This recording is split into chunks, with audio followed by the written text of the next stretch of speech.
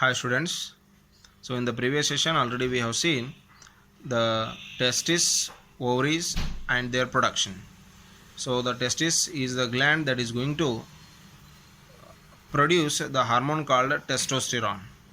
So along with that one it is going to produce the male sex cells called the sperms. So here the testosterone is the hormone that is going to characterize the male features in the boys, and the ovaries are the glands which are responsible for the production of the hormone estrogen as well as the progesterone. So estrogen hormone is the one hormone of female, so which is going to characterize the female characters in the girls. So whatever the changes are going to take place in the puberty or in the adolescence age, those are all the changes are only by the responsibility of this estrogen hormone, and the progesterone is the hormone which is actually going to control the menstruation cycle as well as the activities of the pregnancy. So regarding this one already we have seen in detail about these two glands. So by these two glands this control and coordination lesson is going to be complete. So in this lesson we have seen so many points regarding the control and coordination in plants and animals.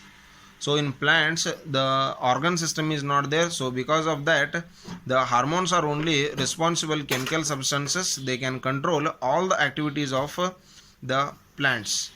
So they are immovable, so whatever the stimulus they are going to get from the environment, so for those stimulus these hormones are very helpful in giving the response. So while compared to the plants, in the animals, mainly in the human beings, the control and coordination is going to take place by the two different systems, that is the nervous system and the endocrine system. So the nervous system is the system in which the brain, spinal cord and nerves are going to control the activities, and the endocrine system in which the glands and their products like the hormones are going to control the activities as well as the growth of the organisms. So in the plants, auxin, gibberellin, cytokinin are the growth promoter hormones, and the abscisic acid is the hormone which is the considered as the growth inhibitor. So like that only in the human beings, the control and coordination in the nervous system. So there are two nervous systems, that is central nervous system and peripheral nervous system.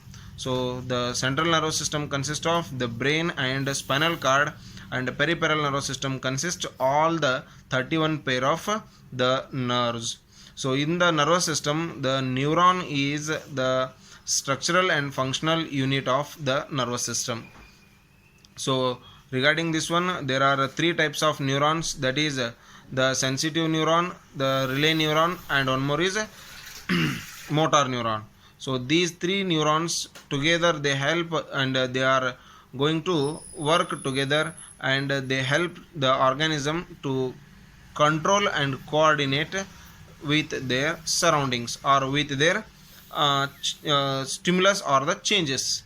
So like this the different types of stimuluses are there. So in the plants already we have seen the stimuluses that may be by the chemical, or it may be by the water, or it may be by the touch, or it may be by the light. So like that only we have seen the thigmotropism or the nasties. So regarding that one we have already seen in detail about this lesson. So if you have any doubts regarding the lesson control and coordination, you can send the questions through the WhatsApp number. Okay, hope you have cleared all the doubts. So read once, twice. So if you get any doubts you can send the questions. Thank you and have a nice day.